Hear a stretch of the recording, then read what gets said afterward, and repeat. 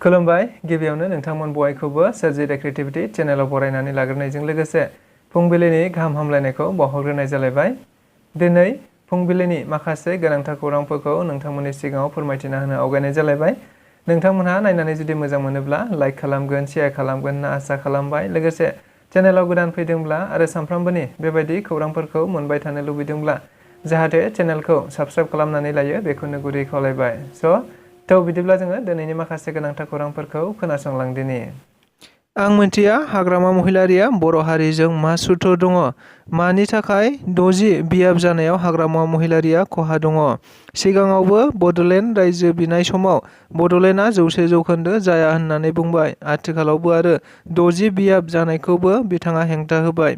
थारैनो हाग्रामा महिलारिया बर' हारिजों मा सुथुर दङ बेखौ आं मिथिया होननानै बुंथिनानै होदों।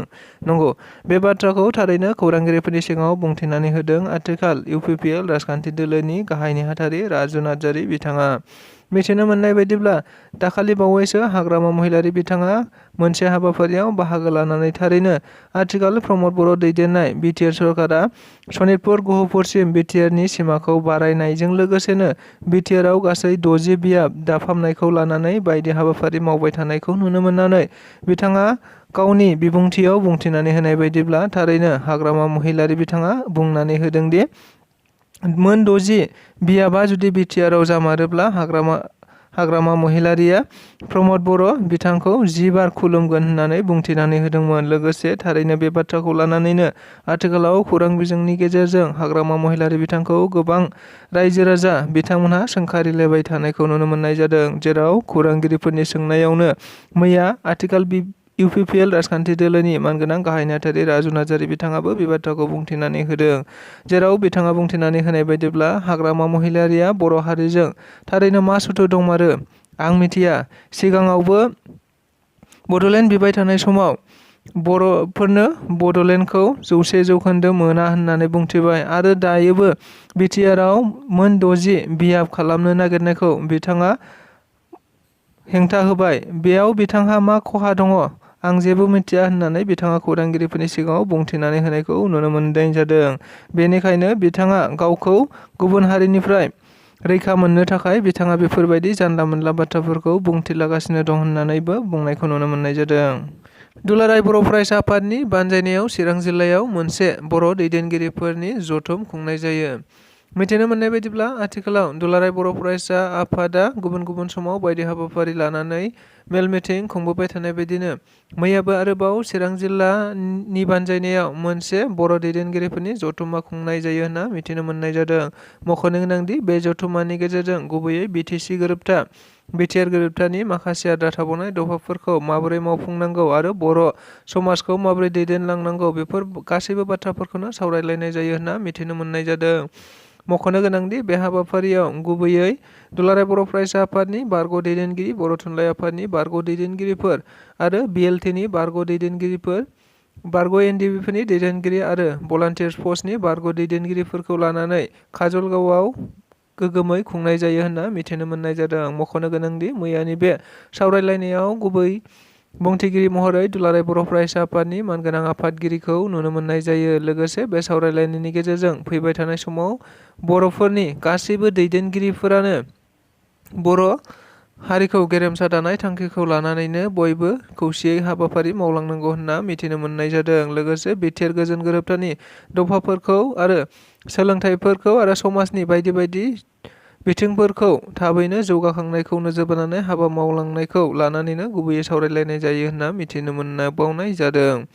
थारैनो बे हाबाफारियाव बाहागो लानानैनो दुलाराय बर' फरायसा आफादनि मानगोनां आफादगिरिया खौरांगिरिफोरनि सिगाङाव बुंथिनानै होनाय बायदिब्ला बिपिएफ आरो इउपिपिएल मोननै राजखान्थि दैदेनगिरिफोरानो एबा बिथांमोनहानो गासिबो हारिनि थांना थानायनि संग्राम खालामग्रा हिसाबै बिथांमोनहाबो हारिनि जाथिनि थांना थानायनि खामानिखौ मावलांनांगौ होननानैबो बुंथिनानै होनायखौ नुनो मोननाय जादों। उदालगुरि जिल्लानि सिङाव थानाय खैराबारि बियाबनि सिङाव गासै 1580 सुबुंफोरा इउपिपिएल दोलोआव जयनिं जादों होनना मिथिनो मोननाय जादों। मख'नो गोनांदि आथिखालाव फैबाय थानाय 2024 मायथाइयाव जानो गोनां एमपि बिसायख'थिखौ नोजोर बोनानै गुबुन गुबुन राजखान्थि दोलोफोरा गावबा गाव राजखान्थि दोलोफोरखौ राफोद आरो गोख्रों खालामनांगौखौ नोजोर बोनानै बायदि हाबाफारि लानायखौ नुबाय थानाय जादों। बेनि गेजेरावनो मोनफ्रोमबो दोलोफोरानो गावबा गाव दोलोआव जयनिं खालामबाय थानायखौबो नुनो मोनबाय थानायखौ मिथिनो मोननाय जादों। नंगौ, बेबायदिनो मैयाबो आरोबाव इउपिपिएल राजखान्थि दोलोनि उदालगुरि जिल्लानि सिङाव थानाय 37 नं खैराबारि बियाबनि सिङाव गासै 1580 सुबुंफोरा इउपिपिएल दोलोआव जयनिं जादों होनना मिथिनो मोननाय जादों। मख'नो गोनांदि बे हाबाफारियाव गुबैयै बिपिएफ, कंग्रेस आरो गुबुन गुबुन राजखान्थि दोलोनिफ्रायनो बे इउपिपिएल दोलोआव जयनिं जाफैबाय थादों होनना मिथिनायखौ नुनो मोननाय जादों। थारैनो मिथिनो मोनबावनाय बायदिब्ला मैयानि बे जयनिं हाबाफारियाव गुबैयै गाहाय आलासि महरै बाहागो लाफैयो आथिखाल इउपिपिएलनि आरो आसामनि मन्त्रि उर्खावगोरा ब्रह्म बिथाङा बाहागो लाफैनानै खौरांगिरिफोरनि सिगाङाव बुंथिनानै होनाय बायदिब्ला थारैनो इउपिपिएलआव दायो गोबां लोब लोब सुबुंफोरानो फैगासिनो दङ। बेयाव बिपिएफ आरो जेबो गैला होननानैबो बुंथिनानै होबावनायखौ नुनो मोननाय जादों। बेनिखायनो जायफोरा दायो गुबुन गुबुन जेनखागोन दोलोफोराव गावबा गावनि बेसेन गोसा भटफोरखौ होनानै जेबो मुलाम्फा जानाय नंला होननानैबो बुंथिनानै होबावदों। लोगोसे बिथाङा खावलायबावदों दि थारैनो दरं उदालगुरि बियाबाव थानाय साफ्रोमबो भटार्सफोरानो मित्र ज'टनि बिजाथिनोनो गावबा गावनि भटखौ होनानै देरहाखागोन बिजाथिजोंनो थानो थाखाय बयखौबो खावलायहरनाय जायो। बिसमुरि हाग्रा बिफाननि मोनसे जाफुंसारनाय। थारैनो मिथिनो मोननाय बायदिब्ला बिसमुरि हाग्रा बिफाना मैया हरनि समावनो थारैनो माखासे दंफां सिखावफोरखौ गोख्रोङै सिग्रोमनायनि जाहोनाव हमनो मोनो होनना मिथिनो मोननाय जादों। मख'नो गोनांदि आथिखालाव प्रमद बर' दैदेननाय बिटिआर सरकारनि गेजेरावनो गुबुन गुबुन सिखावफोरा बायदि दंफां खावनानै लाबोबाय थानायखौ नुनो मोनबाय थानाय जादों। खौरां बिजोंफोरनि गेजेरजों आथिखालाव बेबादिनो दंफां सिखावफोरखौ गुबुन गुबुन समाव हमबाय थानायखौबो नुनो मोनबाय थानायखौ मिथिनो मोनबाय थानाय जादों। नंगौ, बेबायदिनो मैयाबो आरोबाव मोनसे हाग्रानिफ्राय थारैनो बिसमुरि ओनसोलनिफ्राय हरनि समखौ खाबु लानानै माखासे दंफां सिखावफोरा थारैनो हाग्रानिफ्राय दंफांखौ हाखावखानानै गंसे टाटा मबाइल गारिजों लाबोबाय थानाय समावनो हाग्रा बिफाना उन होसोनानै हरनि समावनो सालाखाथि ओनसोलाव हमफैनो हायो होनना मिथिनो मोननाय जादों।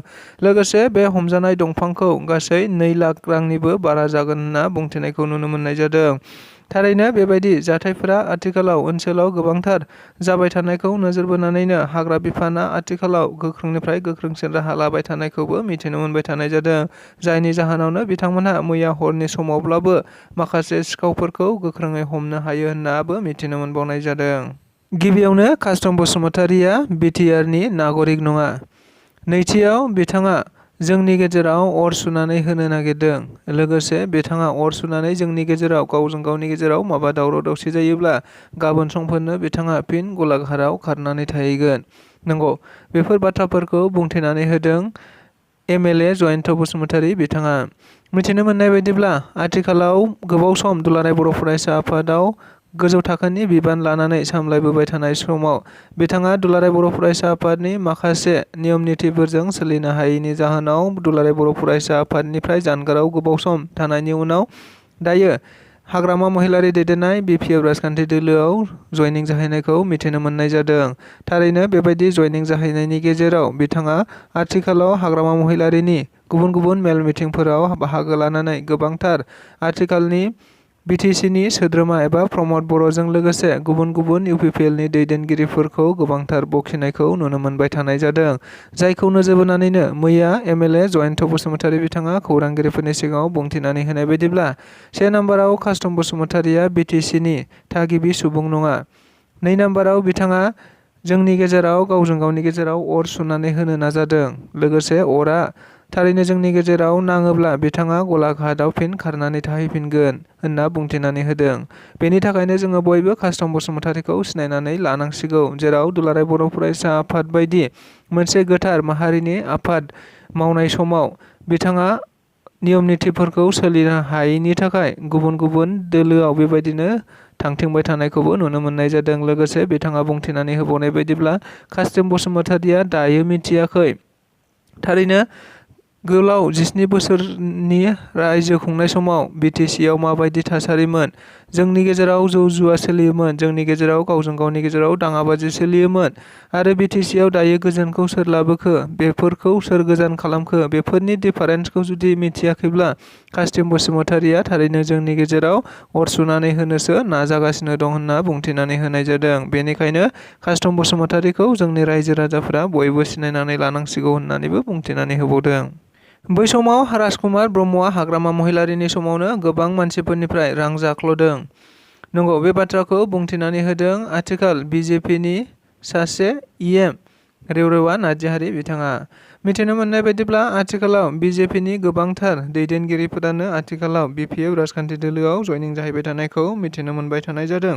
बे समावनो मैया रेवरेवा नार्जारी बिथाङा खौरांगिरिफोरनि सोंनायाव बुंथिनानै होनाय बायदिब्ला, आं माब्लाबाबो BPF-आव जयनिं जाहैनाय नङा होननानै बुंथिनायखौ नुनो मोननाय जादों। लोगोसे बिथाङा बुंथिबावनाय बायदिब्ला, आथिखालाव BJPनि सासे क'क्राझार जिल्लानि दैदेनगिरि राजकुमार ब्रह्मआ BPF दोलोआव हाबहैफिननायखौ नोजोर बोनानै बिथाङा बुंथिनानै होदोंदि थारैनो हाग्रामा महिलारीनि समाव थानाय समावनो राजकुमार ब्रह्मआ गोबांथार रां जाख्ल'दोंमोन, जायनि थाखाय बिथाङा BJP-आव फैनो गोनां जादोंमोन। लोगोसे दायो BJP-आव जेबो रां जानायनि खाबु गैयैखाय फिन BPF राजखान्थि दोलोआव हाबहैफिनबाय होननाबो बुंथिनानै होबावदों। लोगोसे आथिखालाव बिथां रेवरेवा नार्जारीखौ लानानै खौरां बिजोंफोरनि गेजेराव मोनसे बाथ्राया गोसारबाय थादोंदि जेराव रेवरेवा नार्जारीआबो BJP दोलोखौ नागारनानै हाग्रामा महिलारीजों जयनिं जाहैफिनसिगोन होननानै बुंथिबाय थानायखौ नोजोर बोनानैनो मैया बे बाथ्राखौबो थारैनो खौरांगिरिफोरनि सिगाङाव रोखायै बुंथिनानै होदोंदि आं माब्लाबाबो BPF-आव